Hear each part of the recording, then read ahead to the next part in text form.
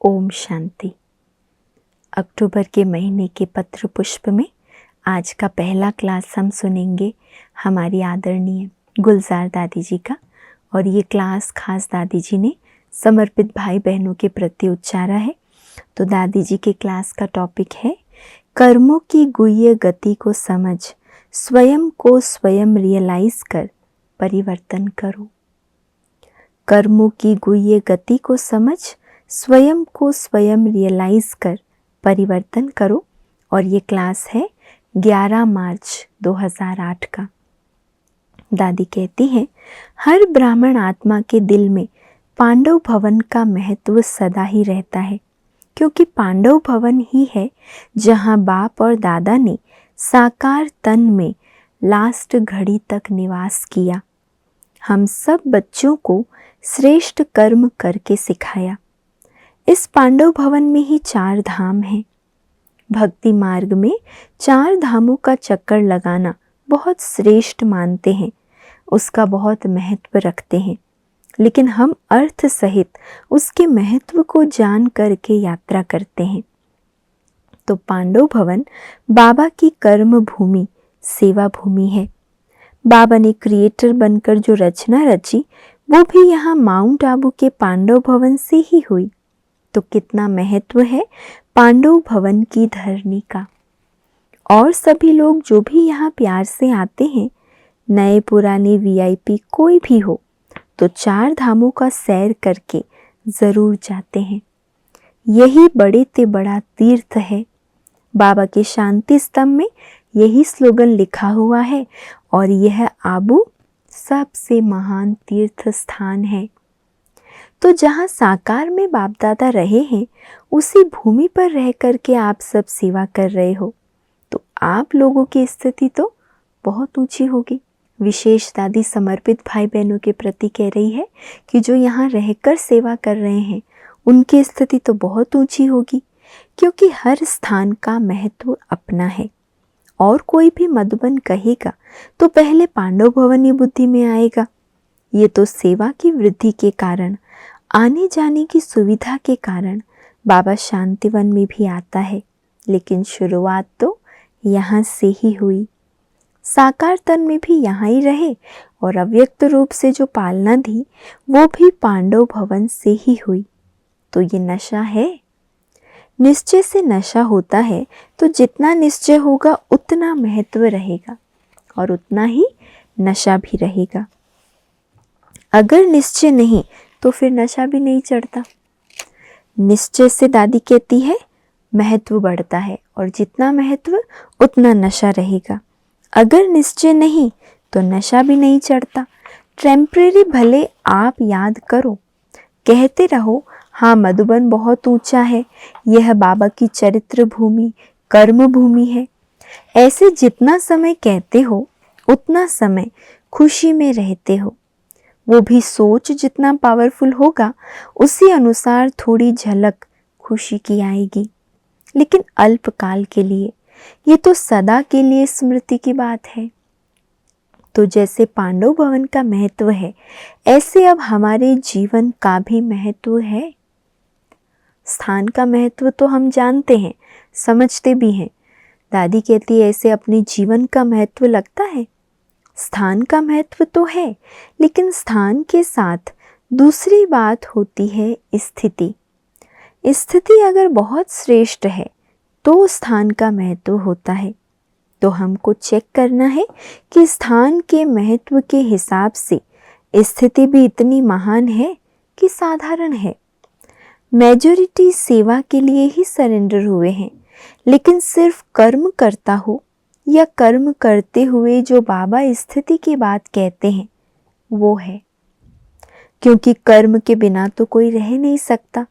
इसीलिए बाबा तो कहते हैं जितना हो सके बिजी रहो, क्योंकि मन सेकंड में यहाँ से अमेरिका तक बिना टिकट पहुँच सकता है।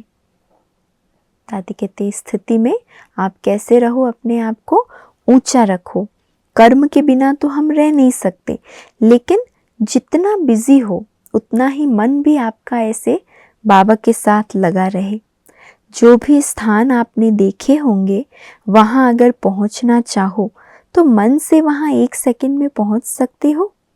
तो कर्मणा सेवा जितना रुचि से करेंगे, यज्ञ सेवा समझकर करेंगे, उतना पुण्य का खाता बनता रहेगा।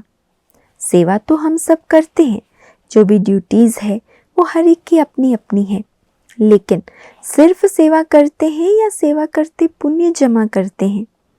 अगर कर्म करते हुए हमारे पुण्य का खाता जमा हो रहा है तो उसकी निशानी तन मन में बहुत खुशी होगी और भरपूरता का नशा होगा। जैसे कोई साहूकार होता है तो उनकी शक्ल चाल चलन से समझ जाते हैं कि ये रॉयल घर का है। तो बाबा भी आजकल हमसे क्या चाहता है?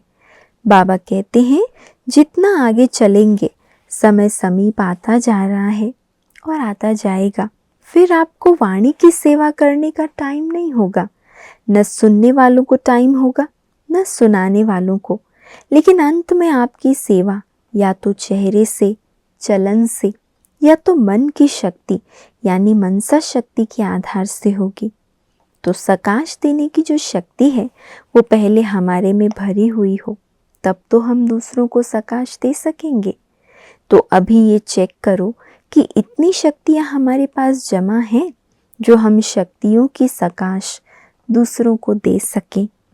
तो ये चेकिंग करते हो, क्योंकि बाबा ने इत्तला दे दिया है कि समय समीप आ रहा है और आएगा अचानक। ये बाबा ने स्पष्ट सूचना दे दी है। तो होना अचानक है क्योंकि नंबरवार माला है जिसमें 1 नंबर सब तो लेंगे नहीं। तो इतनी हमारी तैयारी है, अचानक कुछ भी हो जाए। मैं नष्टो मोहा हूँ। मित्र संबंधियों से तो मोह कम हो जाता है, लेकिन अपने देह भान का मोह जो है वो मुश्किल कम होता है। तो बाबा ने कहा है अभी अपने चेहरे और चलन से दिखाई दे कि हाँ ये कुछ विशेष आत्मा है। आपके चेहरे से ही पता पड़े कि ये कोई न्यारे हैं। तो हमारी स्थिति कर्म करते हुए कर्म की गति को जान ले कि ये श्रेष्ठ कर्म है, साधारण कर्म है या उल्टे कर्म है। समझो हमको ये स्मृति नहीं रहती कि यह यज्ञ सेवा है, साधारण रीति से जो ड्यूटी है वो बजा रहे हैं। तो हमारे कर्म का फल क्या मिलेगा? कर्म साधारण हो और स्थिति ऊंची हो तो फल भी ऊंचा मिलेगा, लेकिन कर्म साधारण और स्थिति भी साधारण, तो दादी कहती फल क्या मिलेगा? साधारण ही होगा ना। और यज्ञ सेवा है, यज्ञ सेवा का पुण्य कितना है वो हमारा जमा होगा। तो कर्मों की गति को हमेशा सामने रखना चाहिए। मैं कर्म कर रहा हूँ, लेकिन इस कर्म की सफलता क्या है? नहीं तो कर्म की गति ध्यान में ना होने से कर्म या सेवा तो कर रहा हूँ, लेकिन पुण्य नहीं जमा होता है, क्योंकि कर्म करता तो दुनिया में भी बहुत है। तो जो भी ऐसे काम होते हैं जो नहीं होने चाहिए, उस काम से आपको कभी भी सुख नहीं मिल सकता। अगर कोई ऐसे श्रीमत के विपरीत कर्म करता है तो उसको वरदान नहीं मिल सकता, श्राप मिलता है। भगवान का श्राप जिसके सिर पर आएगा तो उसको खुशी कैसे होगी? आगे कैसे बढ़ेगा? उसके जीवन का लक्ष्य कैसे पूरा होगा? तो हमको बहुत सावधानी रखनी चाहिए। इसलिए कभी बेकायदे काम नहीं करना चाहिए, क्योंकि उससे पुण्य जमा नहीं होगा। तो कोई भी कर्म ऐसा ना हो, अगर कोई श्रीमत पर नहीं चलते तो श्रापित हो जाते हैं।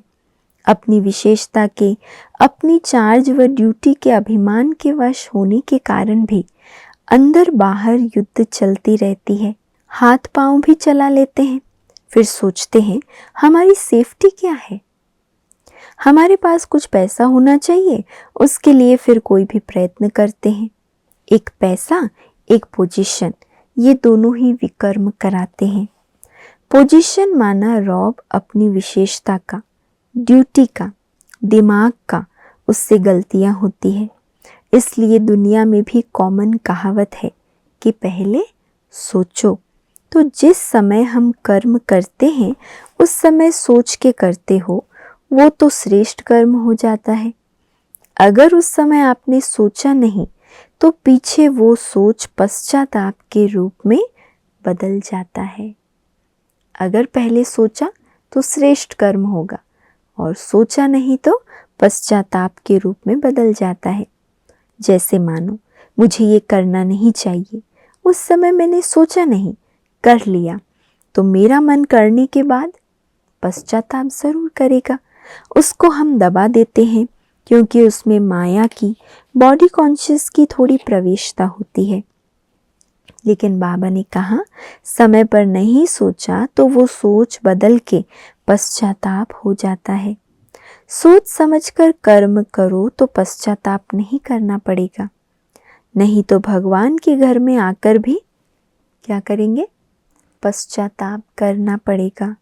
तो ये सजा बहुत कड़ी है और समझदार, ज्ञानी, भगवान के डायरेक्ट बच्चे, उनको तो फीलिंग बहुत जल्दी आएगी।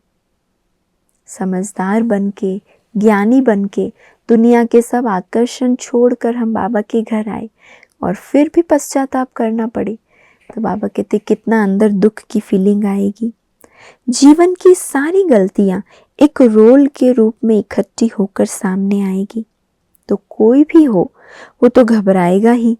यह दृश्य बड़ा भयानक होता है। भयानक माना जो अंदर का भूत है वह उसकी सूरत में आता है। तो धर्मराज की सजाएं माना कोई ऐसे गरम तवा आदि नहीं है, लेकिन महसूसता इतनी होती है जैसे घड़ी का, एक मास का क्या, एक वर्ष समान लगेगा।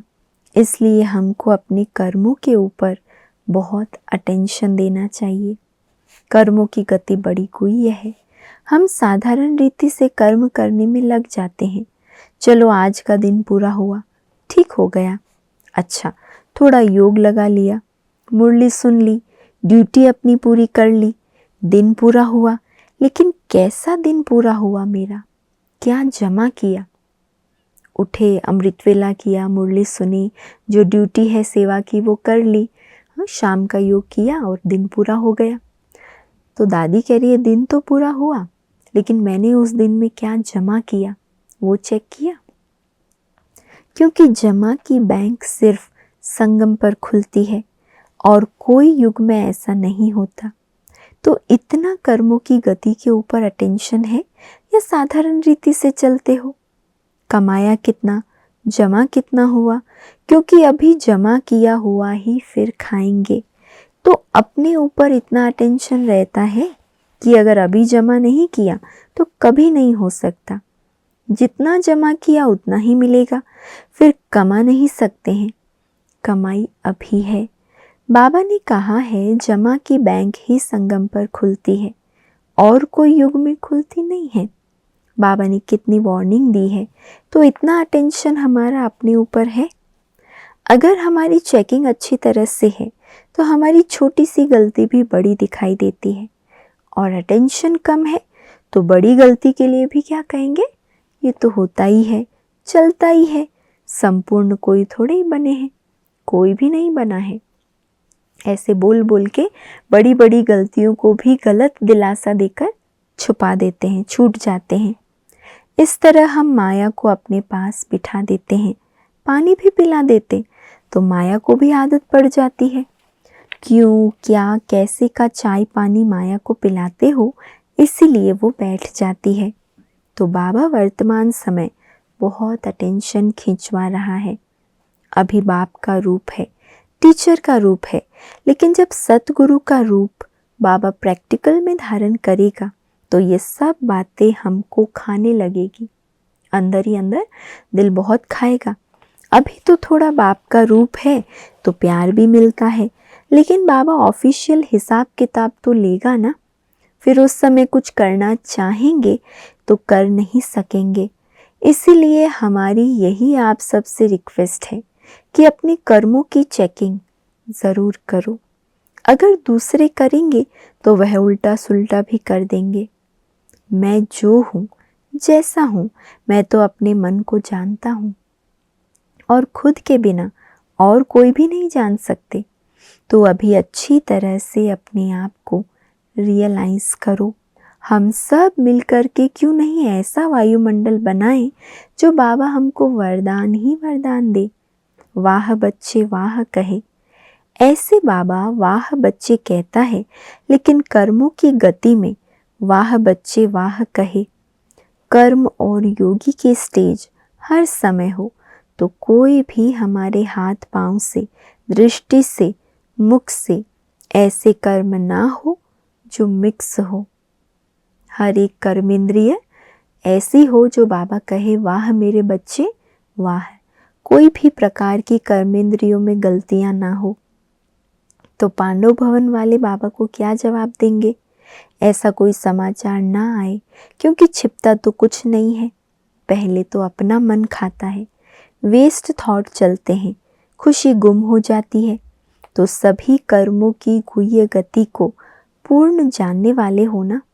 हम एक दो को उमंग उत्साह दे करके बाबा को कहें, बाबा आपने कहा और हमने किया। ये शब्द कितना अच्छा है। गे वाली भाषा नहीं करो। बाबा ने कहा हमने किया, ये भाषा हो। अरे हम नहीं करेंगे तो कौन करेंगे? क्योंकि हमने बाबा की इतनी पालना ली है, इतनी सेवा की है। वो तो कोई विरला होगा जो लास्ट में आके आगे जाएगा। बाकी तो हम नहीं होंगे तो कौन होंगे? इसमें पक्के बनो। सरेंडर माना अपना विवेक जो है वो श्रीमत के अंडर हो। सरेंडर, दादी कहती थी सिर हमेशा अंडर, बाबा की श्रीमत के अंडर। तो बाबा को ऐसे रिजल्ट देंगे ना। अगर कोई ऐसी कमाल करके दिखाएंगे तो बाबा सोने के पुष्पों की वर्षा करेगा। उस समय की खुशी ऐसी होती है जिसमें अतीन्द्रिय सुख मिलता है। तो अभी ऐसा अतीन्द्रिय सुख लो, बाबा को कहो हम ही हैं और हम ही होंगे। इतना तो नशा रखना है, क्योंकि सरेंडर की लिस्ट में हो तो सरेंडर का बहुत महत्व होता है। सरेंडर जीवन अपने आप में बहुत ऊंची जीवन है, लेकिन उस जीवन में आने के बाद कभी कभी हम साधारण बन जाते हैं। इसलिए दादी बार बार कह रही है, सरेंडर, श्रीमत के अंदर चलने वाले। जो बाबा ने कहा हमने किया, और बाबा हमें देखकर क्या कहे, वाह मेरे बच्चे वाह। ऐसे बाबा गीत गाए, सोने के पुष्पों की वर्षा करे, वरदान ही वरदान दे। अच्छा, ओम शांति।